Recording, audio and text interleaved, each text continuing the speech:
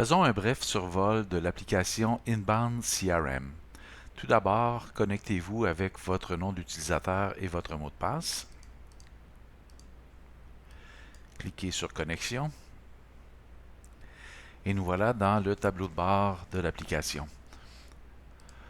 Donc, si on clique sur le menu à gauche, nous avons l'option de créer un nouveau modèle à cet endroit. C'est à cet endroit qu'on peut ajouter de nouveaux contacts. Les nouveaux contacts iront se répertorier dans la section Contacts et nécessairement dans un groupe aussi si on veut leur envoyer un courriel. On peut planifier des envois, créer un formulaire pour le site, donc le formulaire d'adhésion. Donc c'est à cet endroit que nous allons créer les formulaires d'adhésion pour votre page Facebook et pour votre site web. Nous allons les créer et les installer sur vos deux plateformes. À cet endroit, vous pouvez consulter les statistiques d'envoi. Donc, on envoie une ici. Elle a été envoyée à un seul destinataire. Il a été ouvert. Tout clic à 100%. On peut voir sur quelle plateforme l'envoi a été fait. Ensuite, on peut faire des micro-sondages, qui est une option dans l'application. Et on peut voir aussi le calendrier de tous les envois qui sont programmés.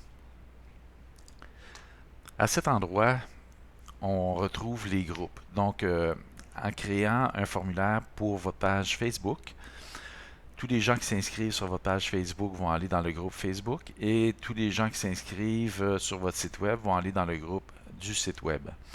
Si vous nous avez donné des clients à importer, ils seront dans le fichier client importé. À cet endroit, on va retrouver l'ensemble des contacts que vous avez. Dans la section modèle, c'est l'endroit où est-ce que vous allez pouvoir voir les infolettres qui sont programmées pour la saison. Donc, vous avez la possibilité de cliquer sur le bouton modifier ou visualiser. Donc, si je clique sur visualiser, ça me permet de voir le contenu de l'infolettre.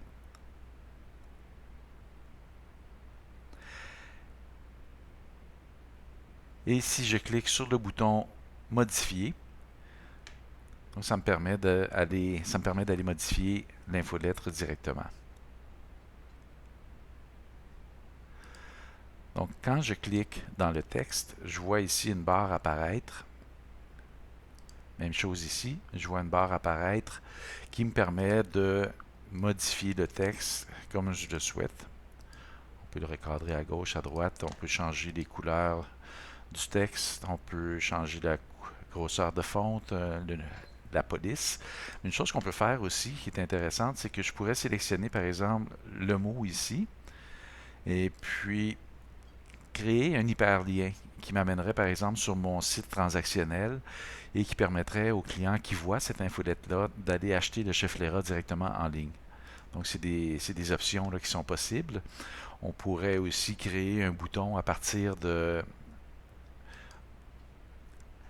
d'ici et puis créer un URL encore qui dirigerait le client vers un endroit souhaité, qui pourrait être le site transactionnel. Dans l'application, il y a la possibilité d'ajouter des blocs aussi. Donc, on pourrait ajouter une image. Et si je double-clique sur l'image, ça m'amène à une espèce de disque dur où est-ce qu'on va retrouver l'ensemble des images. On voit ici qu'il y a une bordure parce que j'ai sélectionné celle-ci.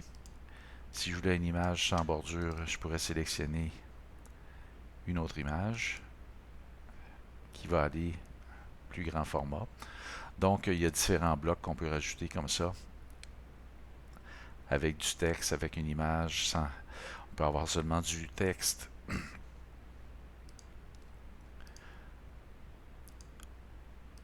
Donc, je peux aussi supprimer ce qui est là. J'aurai la possibilité de dupliquer une boîte, dupliquer un texte.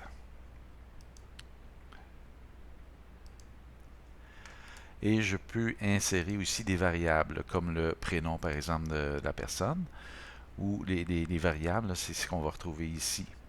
Donc, ces variables-là, c'est des champs qu'on va retrouver dans le formulaire d'adhésion de votre clientèle.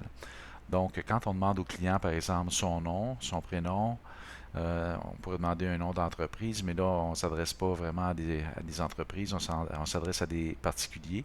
Donc, on a la possibilité aussi d'avoir des champs personnalisés. Donc, dans le formulaire d'adhésion, si vous désirez avoir un champ personnalisé que vous pensez que vous allez pouvoir utiliser dans l'envoi d'infolettres, on peut le créer à ce moment-là pour vous sans problème. Donc, je peux fermer l'éditeur ici.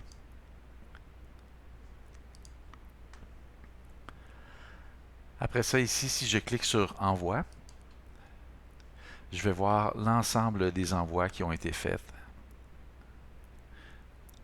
Je suis dans une plateforme de test, donc ici, c'était seulement envoyé à un destinataire, mais si c'était envoyé à votre clientèle, vous verriez le nombre de destinataires à qui ça a été envoyé.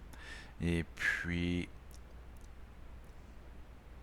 si je clique à cet endroit, ça me permet de voir ici qu'est-ce qui va être envoyé.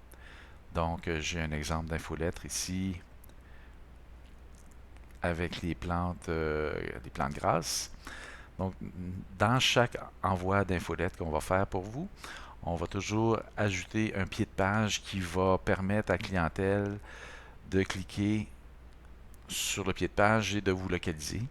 C'est pratique s'il y a un partage, par exemple, d'infolettres vis-à-vis une personne qui ne connaît pas votre entreprise. On va toujours aussi mettre votre logo. On peut créer un lien si vous avez souscrit au programme d'InfoFlyer ou vous désirez avoir un lien vers un circulaire que vous auriez.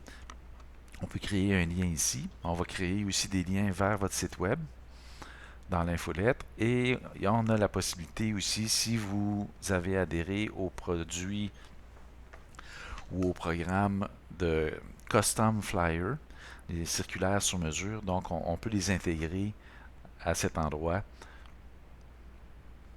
directement dans l'infolettre. Si on clique sur envoi planifié, ici on voit qu'on n'en a pas, mais s'il y avait des envois qui étaient planifiés, à ce moment-là, vous pourriez les voir à cet endroit-là.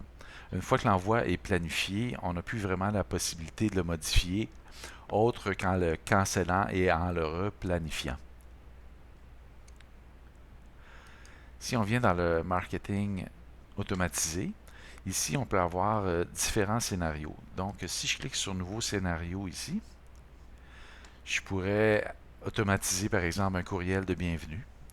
Ou est-ce que je pourrais dire au client bienvenue et merci d'avoir souscrit à notre infolette et pour vous remercier de votre intérêt, nous vous donnons un escompte de 10% par exemple sur votre prochain achat. On pourrait faire un micro-sondage, on pourrait avoir des ouvertures de clics, des campagnes de consentement et on pourrait aussi on pourrait souligner un événement. Donc, dans cette section, si on demande la date d'anniversaire du client dans la section, dans le formulaire d'adhésion, on peut automatiser un souhait d'anniversaire qui lui sera envoyé le jour de son anniversaire, ou on peut le programmer aussi quelques jours avant son anniversaire si on souhaite par exemple donner un escompte sur ses prochains achats comme cadeau de fête, sur ses prochains achats au centre de jardin. Donc c'est une option.